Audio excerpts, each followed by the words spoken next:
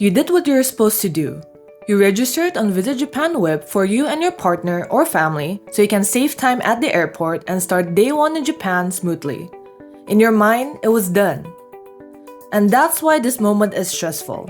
Not because the airport is confusing, but because you're finding out right now, in line, that you might not have actually finished everything you need to get your travel group past customs smoothly. Most people who get stuck at immigration didn't forget to prepare. They're prepared and then stopped one step too early without realizing it. In the next 10 minutes, I'll give you the one rule that tells you with certainty whether you're actually done before you ever reach that line.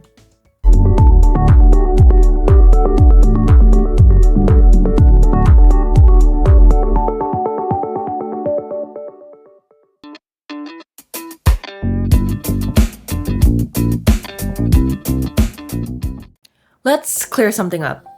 Visit Japan web isn't a shortcut, and it's not a travel hack. It won't let you skip lines and immigration or customs entirely. What it does though is save time, eliminate the need for paper forms, and remove confusion once you land. This video is a clear practical guide to what you need to prepare before arriving in Japan, so arrival feels calm and predictable.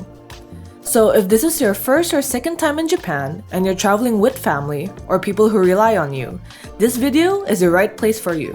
So first things first, what is Visit Japan web exactly? If you've clicked on this video, you probably know the answer to that question already. But just to confirm, Visit Japan web is a pre-registration system for both immigration and customs. You're able to register 6 hours before your flight at the latest, and even months before, or as soon as you buy your plane tickets to Japan. But we recommend you register between 3 days to 2 weeks before to save you from the chaos of last-minute preparations. But registration can be a hassle in itself. So here's a concise step-by-step guide of how to register for Visit Japan web. We'll touch on the information you need to enter and explain some of the hurdles that people face when doing so and how you can avoid them.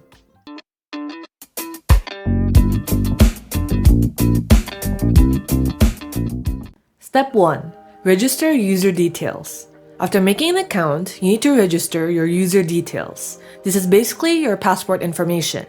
You can choose to scan your passport or enter the details manually. Now, some people might have trouble scanning their passports. You're asked to retake the photo again and again, and it still doesn't work. If that happens, you can switch to entering your passport details manually. If you don't see that option, go back one screen, select No for will you use the tax-free QR code, then click Next. Now you should be able to enter the information manually. But fair warning, this question exists because Visit Japan web can actually generate a tax-free QR code. Alongside your passport, you can show this QR code to some stores to be eligible for tax-free shopping. That's right, some. Not all stores accept this QR code. And even if you do have it, you'll still need to show your passport with a temporary visitor stamp to shop tax-free. So don't worry if you have to choose no to the above question, because the QR code is not necessary for tax-free shopping. It's just a convenience that can speed up checkout. It can only be registered after you receive your temporary visitor stamp at immigration. After registering your user details, you can choose to add the details of other people in your travel group. You can register up to 10 family members under one account, as long as everyone arrives on the same day and time.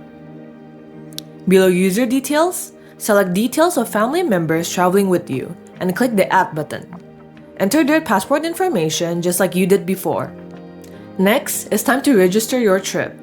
You can use the same account for multiple trips.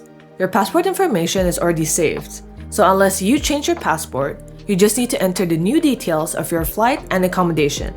Select Register New Planned Entry or Return to input your flight and accommodation details. Flight details include arrival date and airline and flight number. Note that you might arrive on a different day than your departure date, so always double check when entering this information. And accommodation is simply the name, address, and phone number of your place of stay. If you're staying at multiple accommodations, just enter the details of your first place of stay. Visit Japan web only needs to know where you'll be staying upon arriving in Japan. You can then select the family members that will be traveling with you. Their information should have been added before you enter the details for your trip.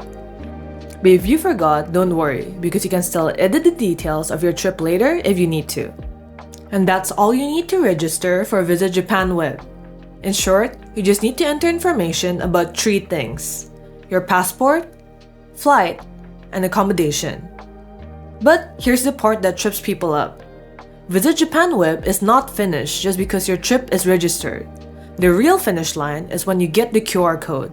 And that QR code is what allows you to move to your arrival more smoothly.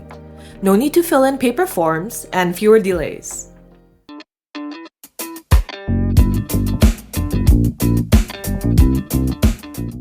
This is the most common mistake people make with Visit Japan Web. They register their trip, and then they stop. On the screen, everything looks finished. It says registered plan. And because it looks finished, it feels finished. But here's the reality. If you don't have a QR code, you're not done. Select your current travel plan. At the bottom of the page, you'll see immigration clearance and customs declaration. If it says not registered, then, well, you're not actually done with the process. And you must register this information to get the QR code you need. Note that it can take several hours for a QR code to be generated. So you've definitely completed the procedures above and see registered next to the immigration clearance and customs declaration, then don't worry about it.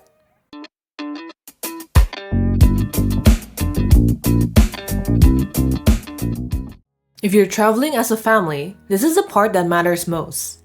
Yes, registering everyone's information under one account is fine, but Visit Japan Web still requires one QR code per person. That includes children and babies. Age doesn't matter, because if they have a passport, they need their own QR code. So here's the rule to remember. If you don't see a QR code for each person, it's not done yet. Here's the simplest check you can do. Count how many people are traveling, then count how many QR codes you see. If those 2 numbers match, then you're done. If they don't, someone isn't registered yet. And that's when families end up starting over at the airport, either by being sent to the back of the line or forced to fill in the paper forms instead. Now, filling in paper forms doesn't extend your time by too much, but thinking you were prepared and being forced to start over introduces unnecessary stress to the start of your travel. It's just less of a hassle to have a QR code ready to go.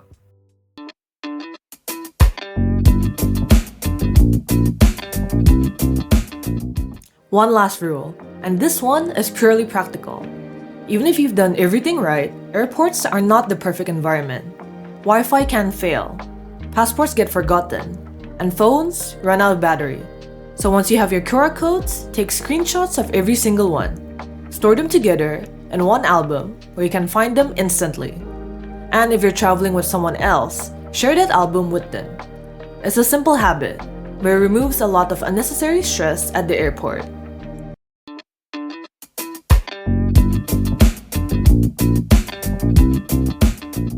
Once you arrive in Japan, immigration comes first. An immigration officer might ask you for a QR code, and you'll be directed to either a manual counter or an integrated kiosk. Integrated kiosks are currently only available in Haneda and Narita in Tokyo, and Kansai International Airport for Kyoto and Osaka. It's basically a machine that combines both immigration and customs procedures in one streamlined process. However, it has a height restriction of 135 centimeters, so children might be directed to a manual counter instead. The process at the manual counter and integrated kiosk is mostly the same. They'll present your passport and your Visit Japan Web QR code. Your fingerprints and your photo will also be taken. After that, the immigration officer will place a temporary visitor stamp in your passport. Note that even with an integrated kiosk, you'll still be directed to an immigration officer who'll quickly check your passport again and who should give you the temporary visitor stamp. Remember this stamp? It's not just important for tax-free shopping. Because if you plan to buy a JR pass or rent a car in Japan, you'll also need this stamp in your passport. So make sure the officer gives it to you before you move on. Next, claim your baggage and head on to customs. Just walk straight through the electronic customs declaration gate, and you've officially entered Japan.